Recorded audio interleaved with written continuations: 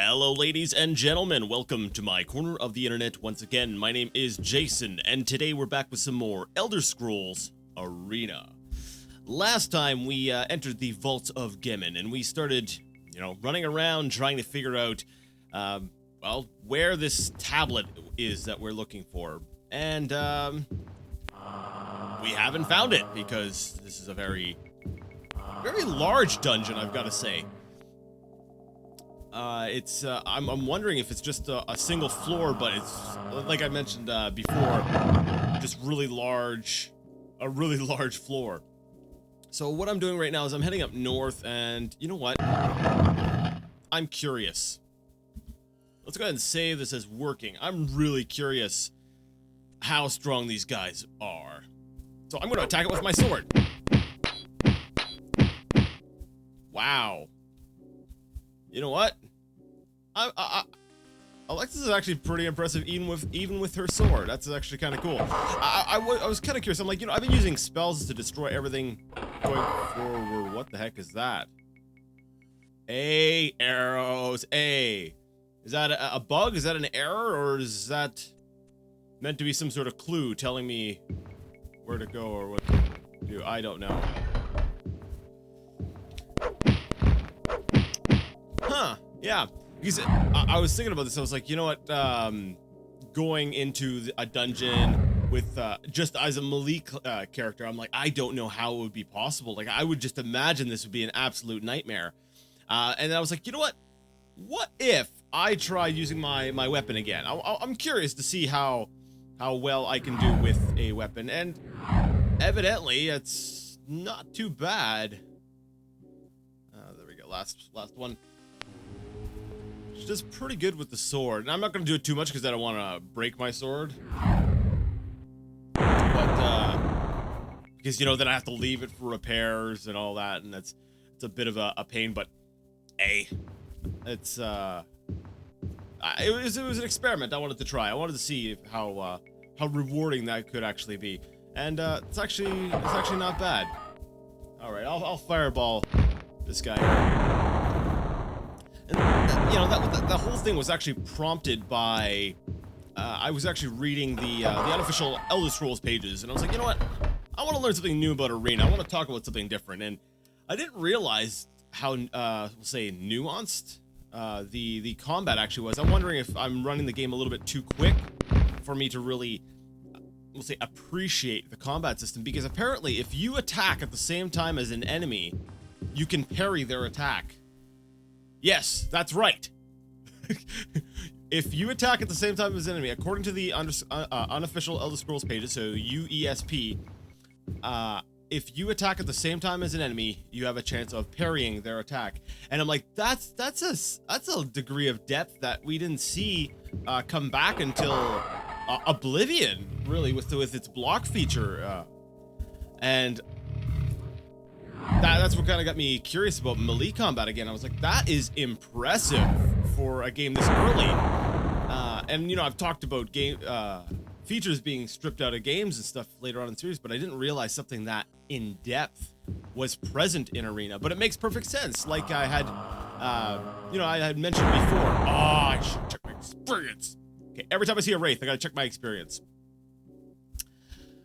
And it makes total sense, because the game was based on an arena fighter. It wasn't originally going to be this full-fledged RPG, so it makes sense that they put a little bit more work into the mechanics.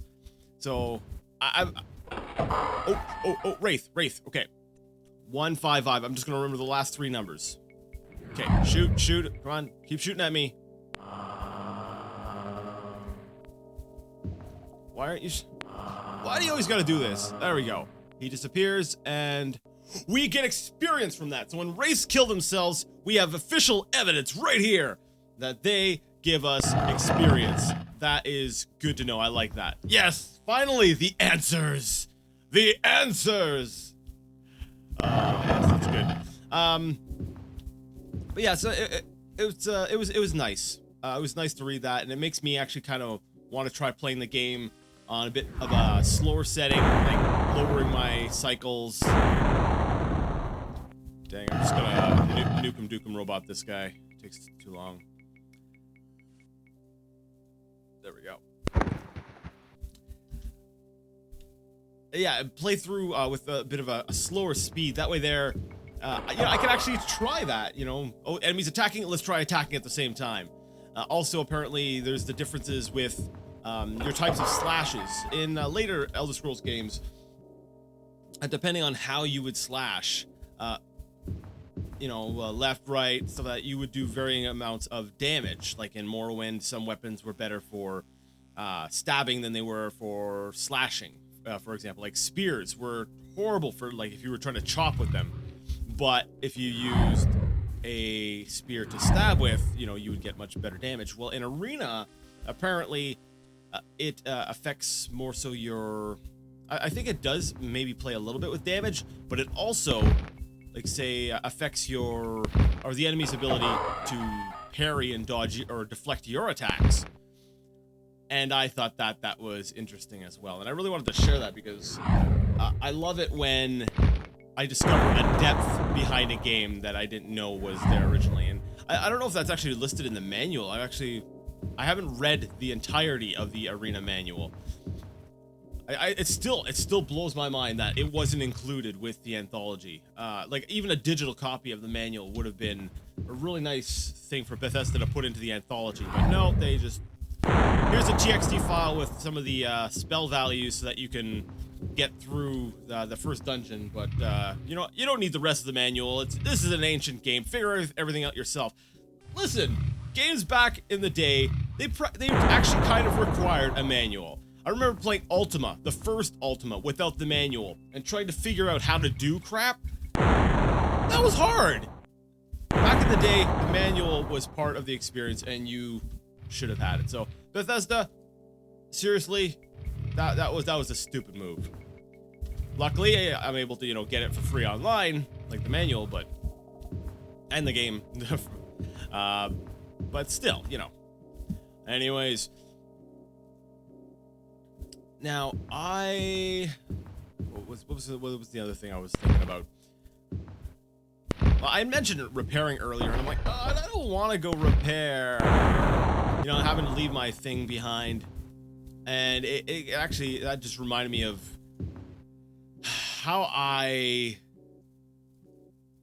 don't like how, we'll say, later entries become so convenient. Well, actually, give me a second here. Is this chest locked? This chest is locked. I am curious. I don't know what I'm saving as. Let's say it's working, I think it was. Yes, there we go. A minute. I forgot that you could bash chests open. This is another thing that was taken out of later games. Let me see. There we go. I bashed that chest open.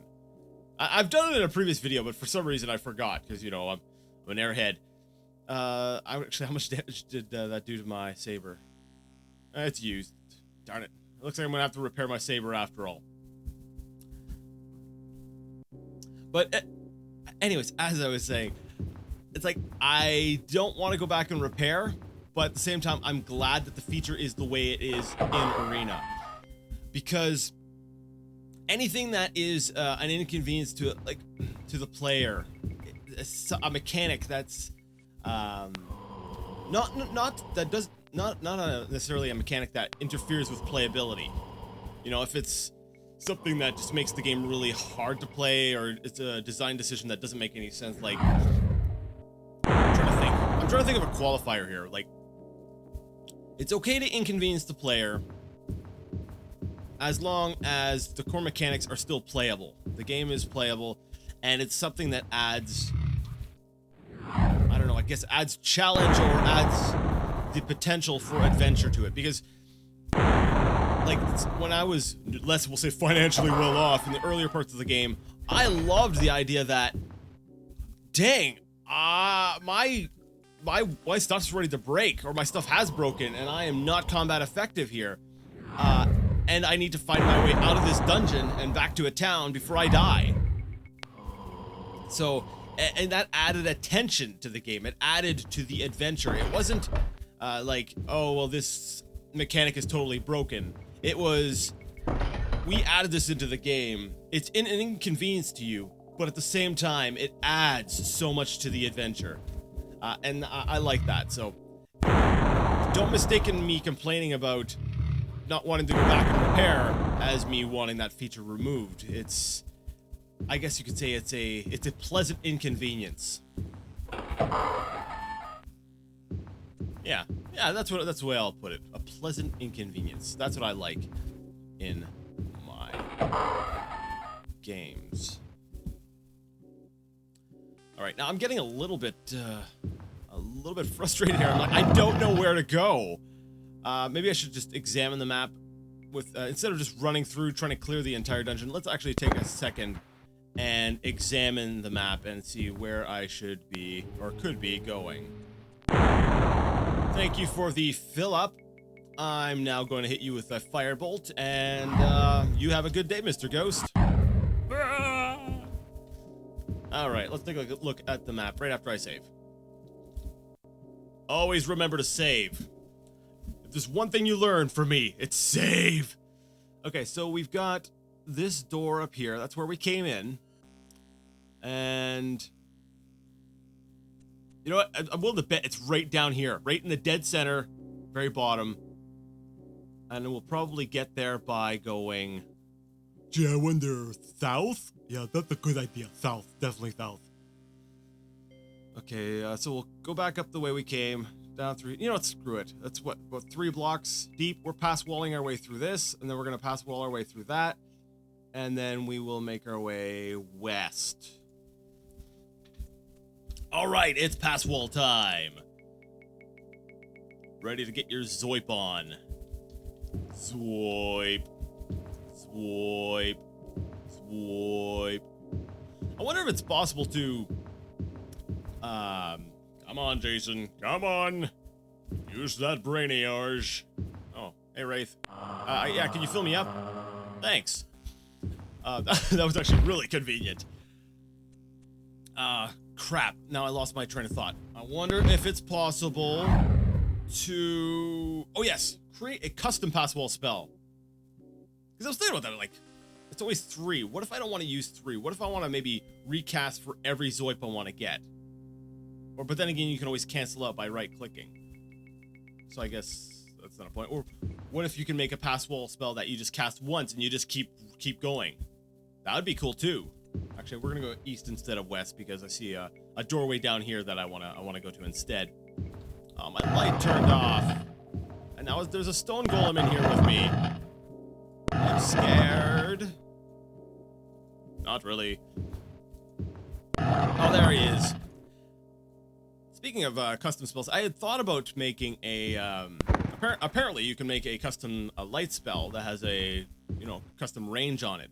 But I don't see the point of that. I'm like, well, I guess it would kind of add to the mood of not having the light extend out as far. But at the same time, it would kind of... It's a kind of, I don't know, what's the point? I'd rather either go lightless or just have a light, everything lit up. But then again, I haven't seen it. For all I know, it'll look really cool. I could try that. Alright. Hellhound's dead. Let's go. Yeah, I should have gone west. I should have just listened to my initial thought and been like, yes, Jason, you need to go west. Maybe I can ask this zombie for directions. Zombie, where's the nearest door? That way? I'm like, never mind. It's behind you. Z for zombie! And there's nothing here. Or, Jason, you could just go down the long hallway that goes directly south. Wow, brain, thanks! That was a great idea. I think I'll do that.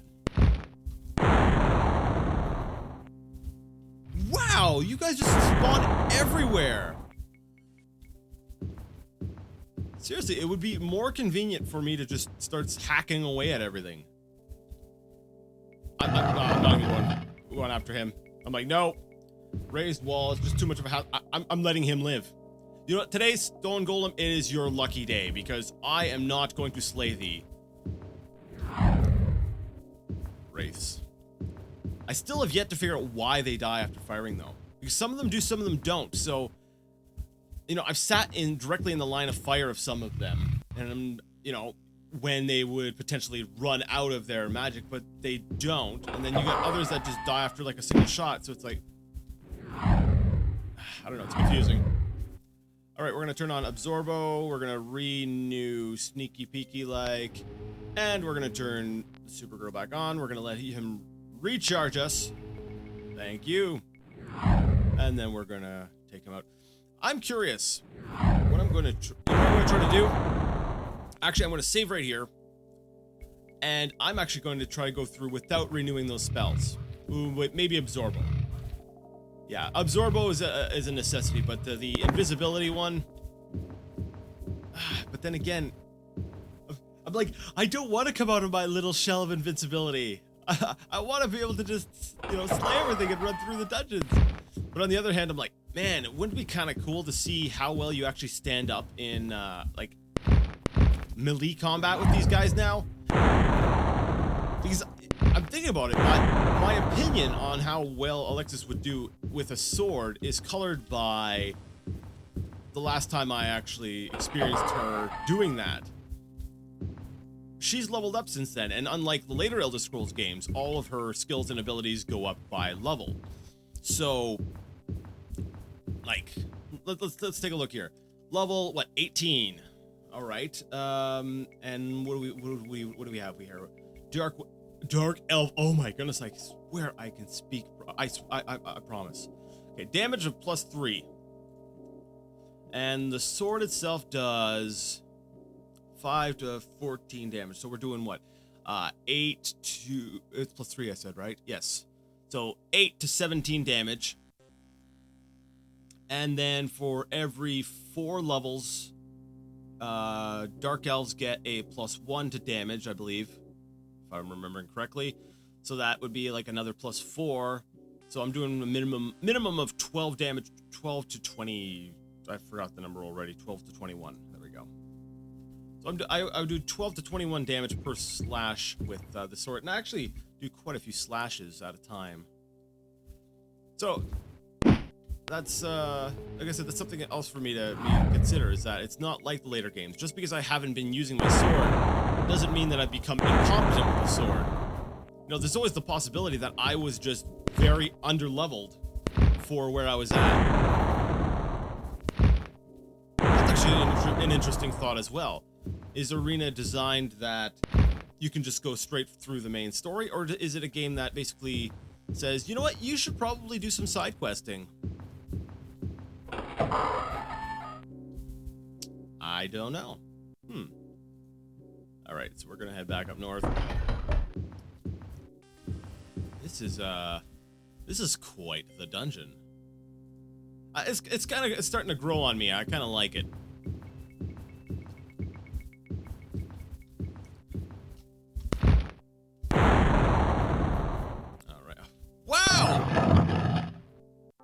If it wasn't for the fact that I want to level up really badly, and you know, I get as strong as I possibly can, that I would just leave you. I'd leave you be. But I really wanna level up. Actually, you know what would be cool?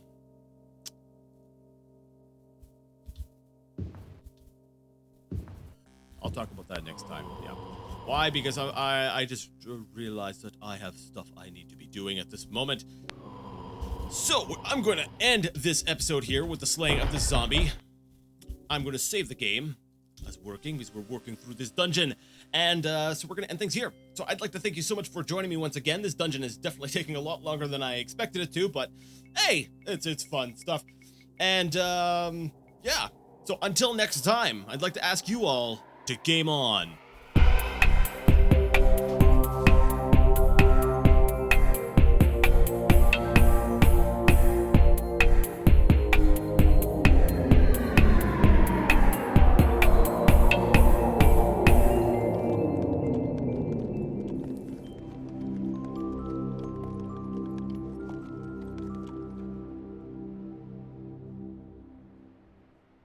Oh, move half a click, 9 o'clock.